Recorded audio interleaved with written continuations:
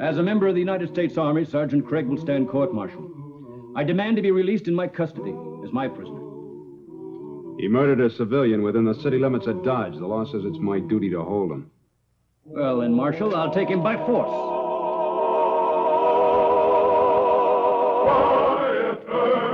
Wyatt Earp, brave, courageous, and bold. Long live his fame, and long live his glory, and long may his story be told. The Life and Legend of Wyatt Earp, starring Hugh O'Brien. Wyatt Earp rode into Dodge City one bright May morning in 1876 and was chief marshal by noon. 1 month later, General Custer rode in proud defiance to his death on the Little Bighorn. That same year saw the close of a long and bloody campaign that drove the Plains Indian from the Dakotas, from his last hunting ground and his way of life. Battle-weary troops were moved east and south to regroup and recover. Among them were men whose memories were scarred by too much cruelty and killing. For these men, violence became their way of life.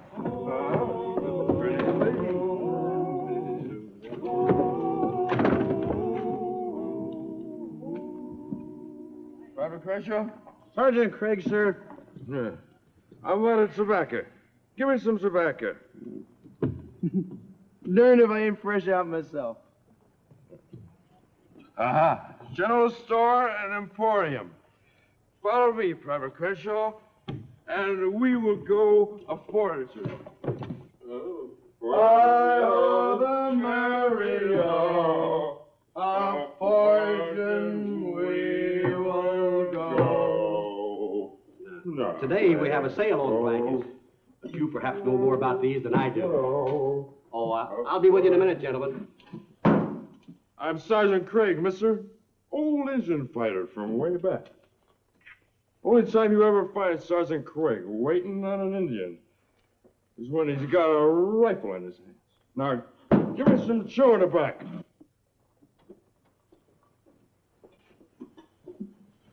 All I have is Union Twist. So, what's the difference? It's chewing tobacco, ain't it? Hey, Private Crenshaw? If Union Twist is good enough for the Union, it's good enough for a couple Union soldiers. Right, Sarge? Hooray!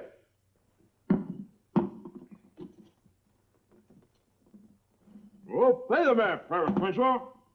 Sergeant, I ain't a chawing man. Pay her! Yes.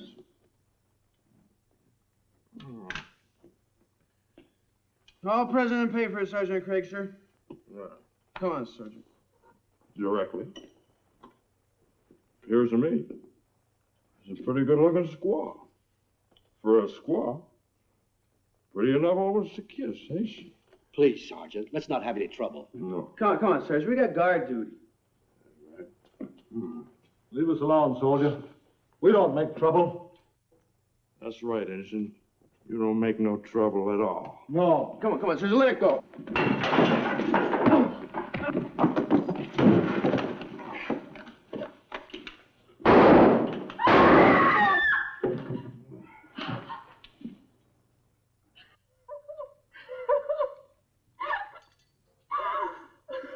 All right, a couple of you help the doc take him over to the coroner's office.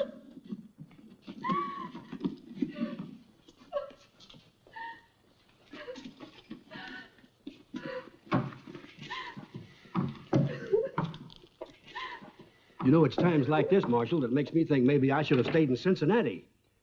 Well, the important thing, Mr. Whittle, is will you make positive identification? I certainly will, sir. Good. Will you come down to the office and sign a statement? Well, be glad to.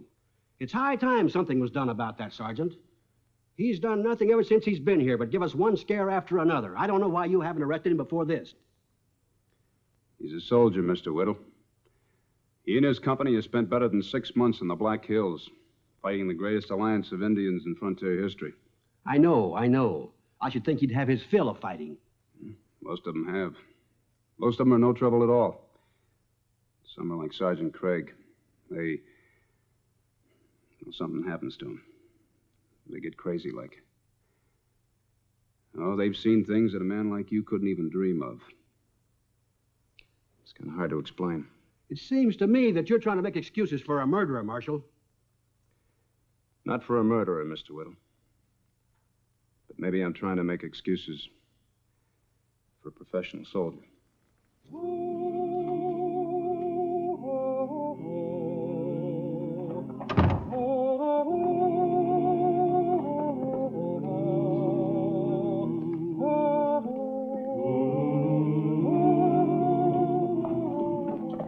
Coroner's making out the death certificate. How's his squaw? I sent for his relatives. She'll stay with him till they fetch him. You're on duty tonight, aren't you? Yeah. Good. I want to ride out to the fort and pick up the sergeant. On what charges? Murder. What else? Wyatt, you think we have a case? You know the accused is a soldier. I never heard of a soldier being charged with killing an Indian. We got an eyewitness, Mr. Whittle. It says it was a plain case of murder. Anyway, it's not up to me to try the accused, but it is up to me to bring him in.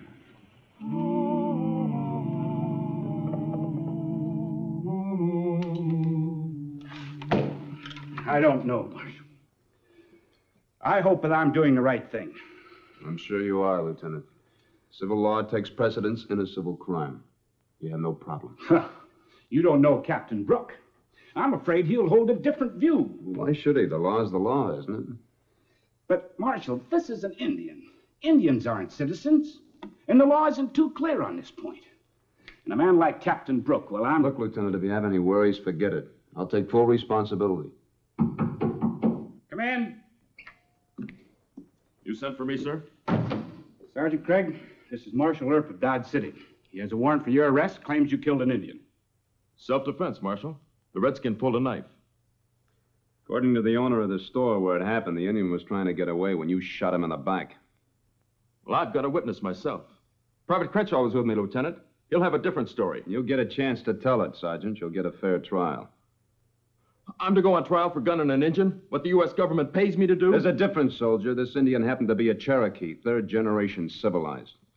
Cherokee, Comanche, Sioux, what's the difference? They're all the same. I don't intend to try your case, Sergeant. Just put you under arrest. I'll give the lieutenant your handgun and let's go. Give me the revolver, Craig. Are you going to let him get away with this, Lieutenant? I have no authority to prevent it. Now give me that revolver. All right, sir. When the captain comes back, you better have a different story. It'll be on the morning report. I wouldn't wait that long if I was you, sir. It's going to be bad enough you let a civilian run it over one of his boys. That'll be enough from you, Craig. Now get out of here. Thank you, sir.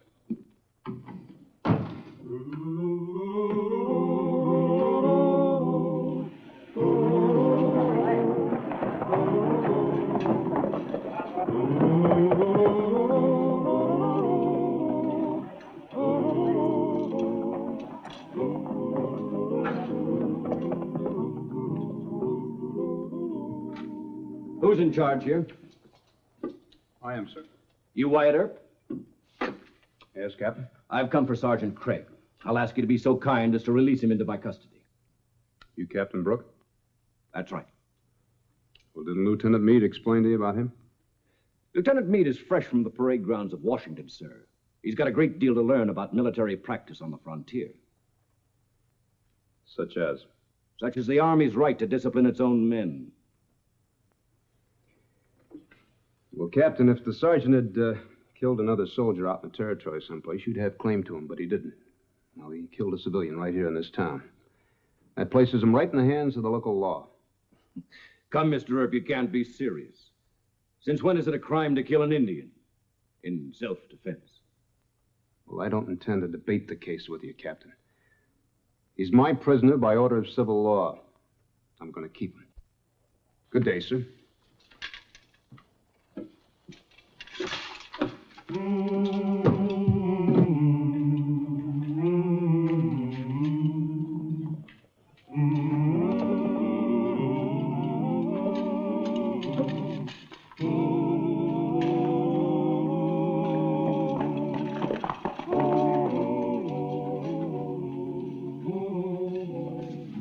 I thought he was going to bust. I bet we haven't seen the last of him yet.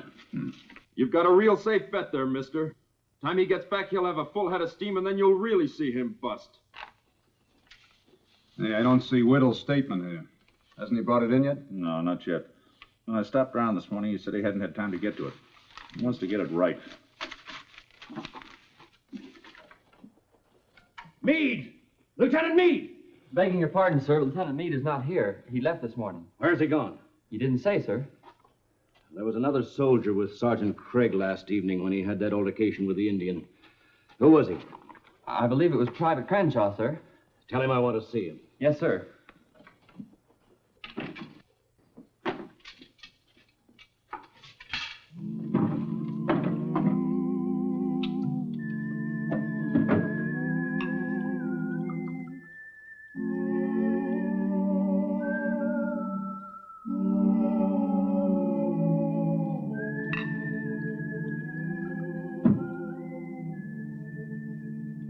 You don't have to be afraid of me, Crenshaw. Long as my men are loyal to me, I'm loyal to them. You understand, Trooper? Yes, sir. You ever hear the phrase esprit de corps? Yes, sir. Know what it means? Well, I think so, sir. It's what this company has, Crenshaw. We've fought together, been beaten together, and we've won together. Well, that means something, doesn't it, son? Yes, sir.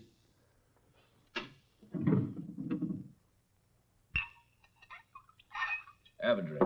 No, thanks, sir. Have a drink. Yes, sir. I think I will.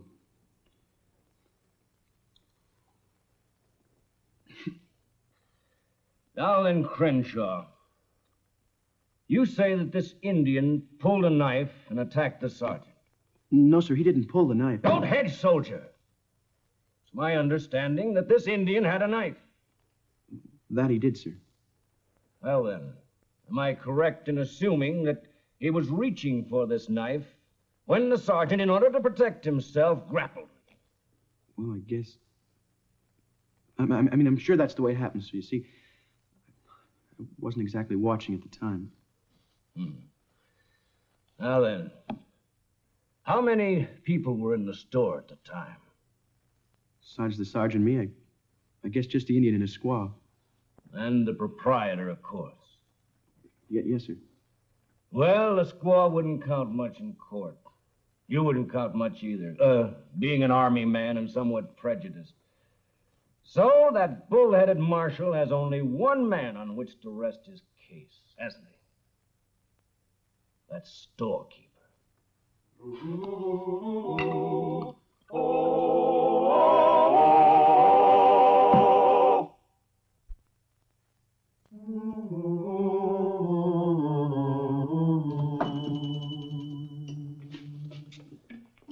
Good afternoon, gentlemen. May I help you? You may, sir. You most definitely may. It concerns the altercation which took place here yesterday between one of my men and an Indian. Yes. Other than Private Crenshaw here, I understand you are the only witness, discounting the squaw, of course. That's quite true, Captain. As a matter of fact, I was just writing out a statement for the marshal. He asked me to set things down just as they happened. I'm afraid the marshal is leading you down the garden path, Mr. Whittle, when he asks you to take a stand against the brave fighting men of your country. Particularly when these fighting men are engaged in mortal combat with a savage enemy. With those self-same Indians, sir, whom you so obviously wish to give aid and comfort to. I dare say, sir, you have no concept of the enormity of this incident.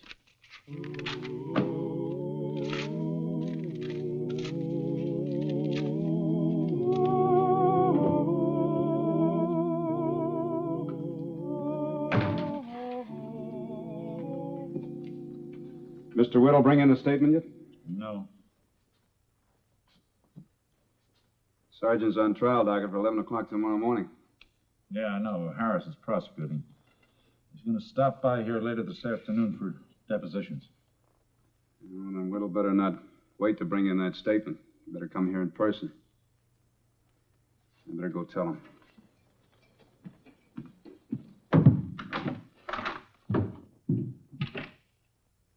I've been giving this quite a bit of thought since last evening, Marshal, and to be perfectly honest, I can't rightly say that it was entirely the sergeant's fault. Look, the last time I talked to you, Mr. Whittle, you were yelling for that sergeant's blood. Now, who changed your mind? Well, I was angry. Now I've had a chance to think things over and cool off. I just can't honestly... Was Captain Brooke in here to see you? All right, so he was here. Did he threaten you? Of course not.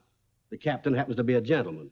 I'm not asking for a character reference to Captain Brooke. I'm just asking for a little character from you. Now, I'm a tax-paying citizen, Marshal, and I'll ask you to watch your tone of voice. Forget it. When this case blows up in court tomorrow, mister, I just hope you turn out to be a better judge of character than I've been.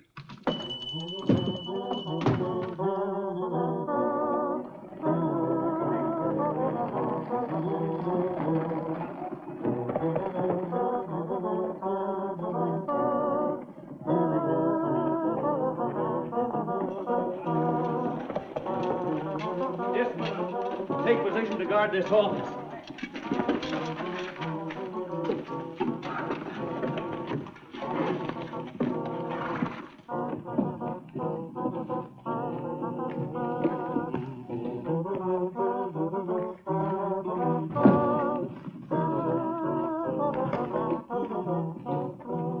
No one passes. I'm Marshal Earp. Sorry, sir. I don't care what your orders are, Deputy. I'm giving you just 3 seconds. Oh, good evening, Marshal. I've come for my prisoner. Did you come to take him by force, Captain? If necessary, yes. Well, then I think you'd better first put the whole town under martial law. You don't happen to have a legal leg to stand on. Yeah, I know. I just saw Mr. Whittle. Then be sensible. Give me the prisoner. No. Look here, Earp. You couldn't even get the sergeant convicted on manslaughter without a witness, and you know it. My job is to take him to trial, and to trial he goes. Now, you get out of here. Hold it, Hal. Crenshaw, get in here. Keep these two covered. You, Deputy, get in there and open that cell up. Let the prisoner out. Go ahead, Al. Give him all the rope he wants.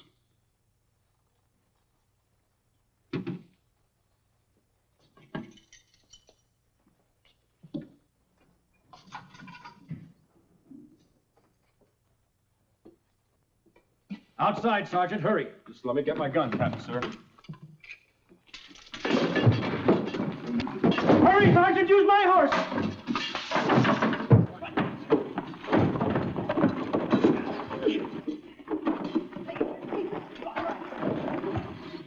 Sergeant, turn your eyes, shoot!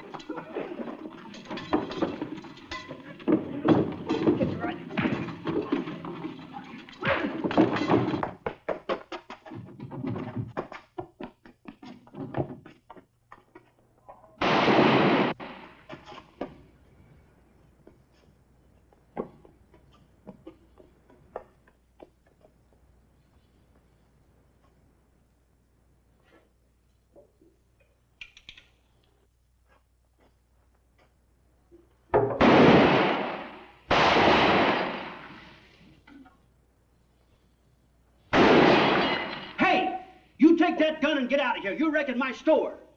Sit up back there.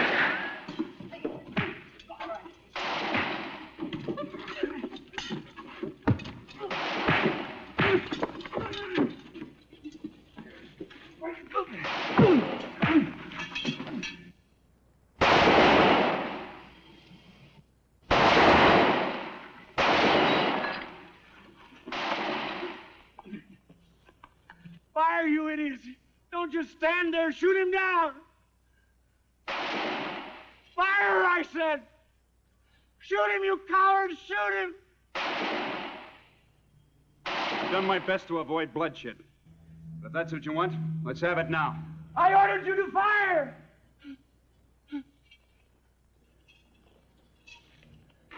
I order you to shoot this man.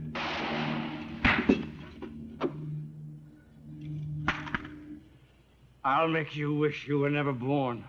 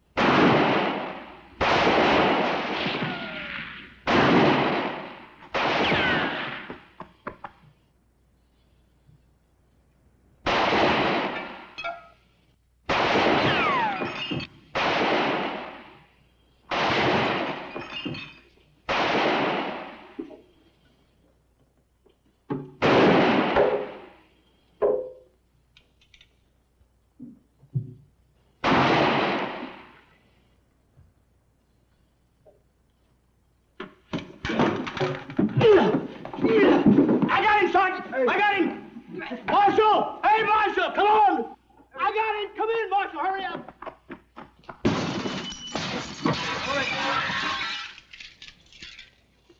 Kick that gun over here.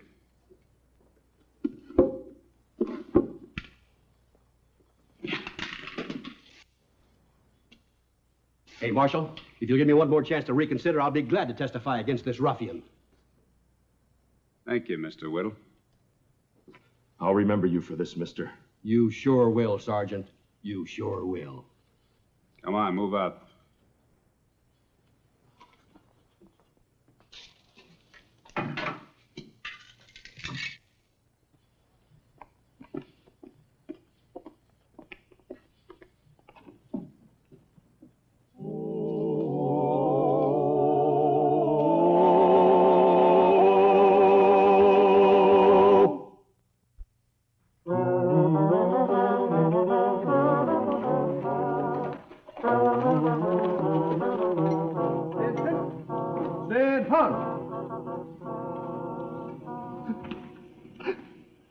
Whatever happened to you, Captain? Take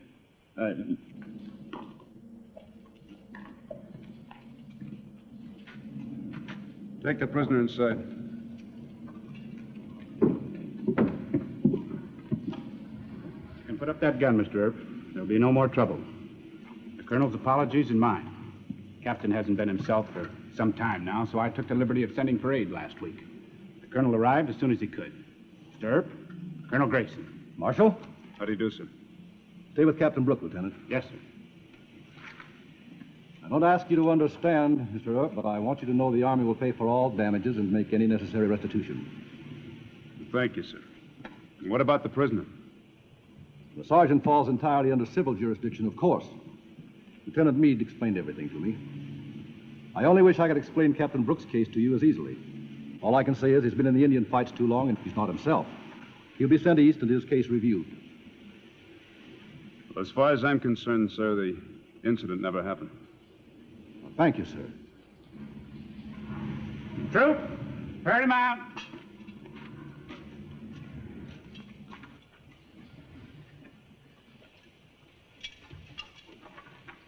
Out!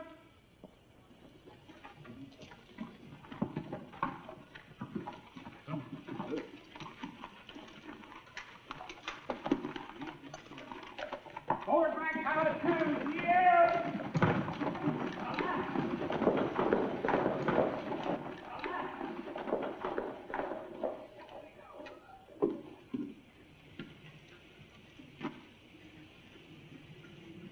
What a day.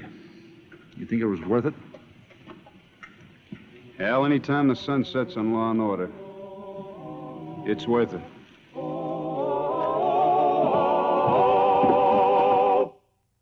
Well, he cleaned up the country, the old Wild West country. He made law and order prevail. And none can deny it, the legend of Wyatt forever will live on the trail. Oh, Wyatt Earp, Wyatt Earp, brave, courageous, and bold.